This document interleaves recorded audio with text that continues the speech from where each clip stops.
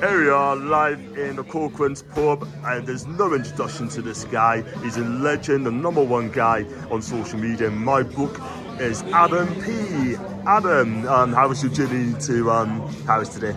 It's all right, actually, to be fair, John. It's the first flight on the Champions League. Well, I actually went direct from Newcastle. I had to switch at London. Oh no, so I had to switch at Paris for the Milan game. I had to get from London to Cologne for the Dortmund game. So actually going from Newcastle to Paris is a great experience. And been soaking it in so far. I know a lot of fans have had some travel issues come down to Eurostar. I think people in general, if they go to two countries in the same month and want to come down the day of the game, or just don't want to spend as much money there isn't going to be as many people here as will be in Dortmund, but it's still great to see some of Newcastle fans coming out and supporting and seeing what it's going to be.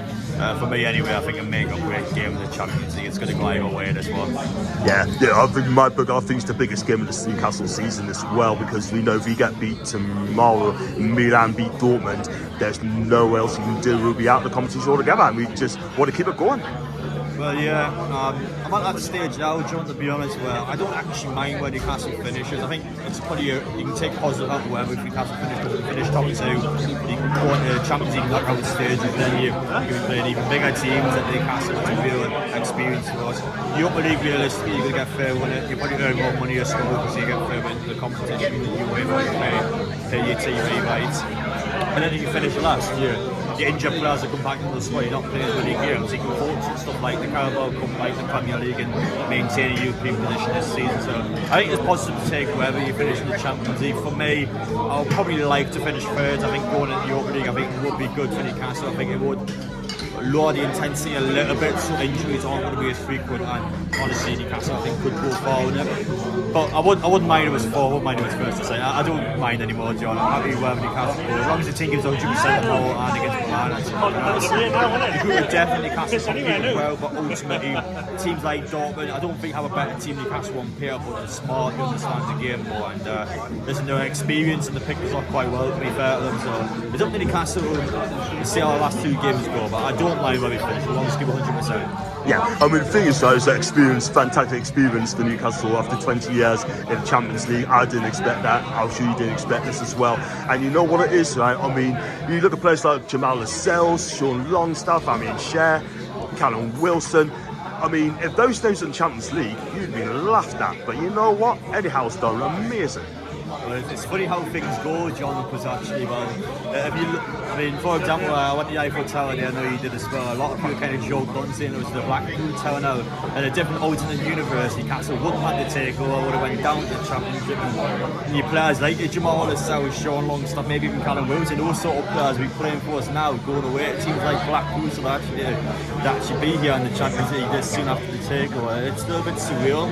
I know we're beating the Milan and Dortmund now, so you get a bit accustomed to being in the Champions League, but it's still mental to think about. I'm actually here in Paris now for a Newcastle game. Never thought I'd be saying that in my lifetime, so to be here this soon, I think it's great. I think it's great for Newcastle. I would still argue, I think Newcastle probably have got the Champions League a bit before, we probably should have. But we're here now, I think we've done well so far. Just got to maintain that and see what we can push on to do. Yeah, I'm happy to be here, and it's because of those players on the pitch that you just mentioned before. Players that I think a lot of people probably would have said you aren't good enough, you need to be gone. They're doing their job now, yeah, for a reason, so fair play to every single one of them. Yeah. PSG, it's got some defensive problems as well. Mark Rilos is going to be out. That's named a young lad, alongside Emery's out as well. The midfield, 70-year-old lad, he's been fantastic. I mean, their defence are quite weak, but up front, they still got a strong strike force. Mbappe, Morani, Dembele, and Ramos as well. It's going to be a lot different tomorrow night than we saw them at St James's Park. Well, yeah, I definitely think so. I think going away at PSG is a big one. Your goal chances are going to be there in their numbers.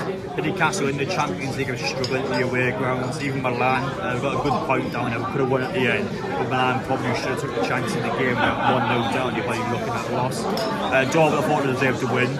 So far, Newcastle in the Champions League when it comes towards away matches, just I don't know. I think it's harsh to say they haven't turned up, but they just haven't really given as much as they probably could have. It's just been a tough ask for Everton. The big thing travelling abroad the night before the game and playing the next day.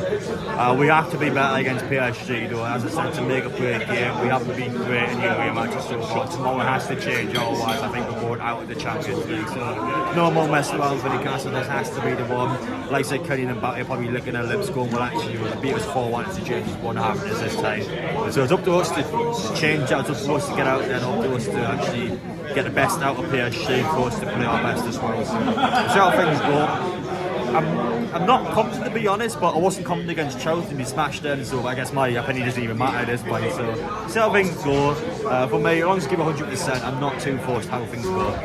And one final question, Adam. Thank you so much for coming on JSTV. The score prediction tomorrow. That's a tough one. I'll back Newcastle to a 1-1 draw. I think it will be a draw tomorrow. It's one of these sort of games where both teams need to win it, so it'll go down the middle. I think it'll be a draw. And a point, to be honest, for Newcastle will be alright. See something build off from, and it'll go in the last game against Milan. But yeah, I'm going to go 1-1 draw, John.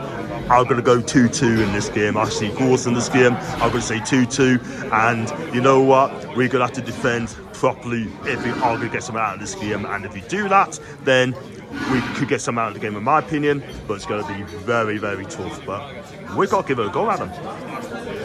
So thanks for coming on JSTV, Adam, yet again. You're looking good as ever. And you're going to enjoy yourself tonight. You look good, John. Thank you. You too, my guy. See you. Thanks for coming on.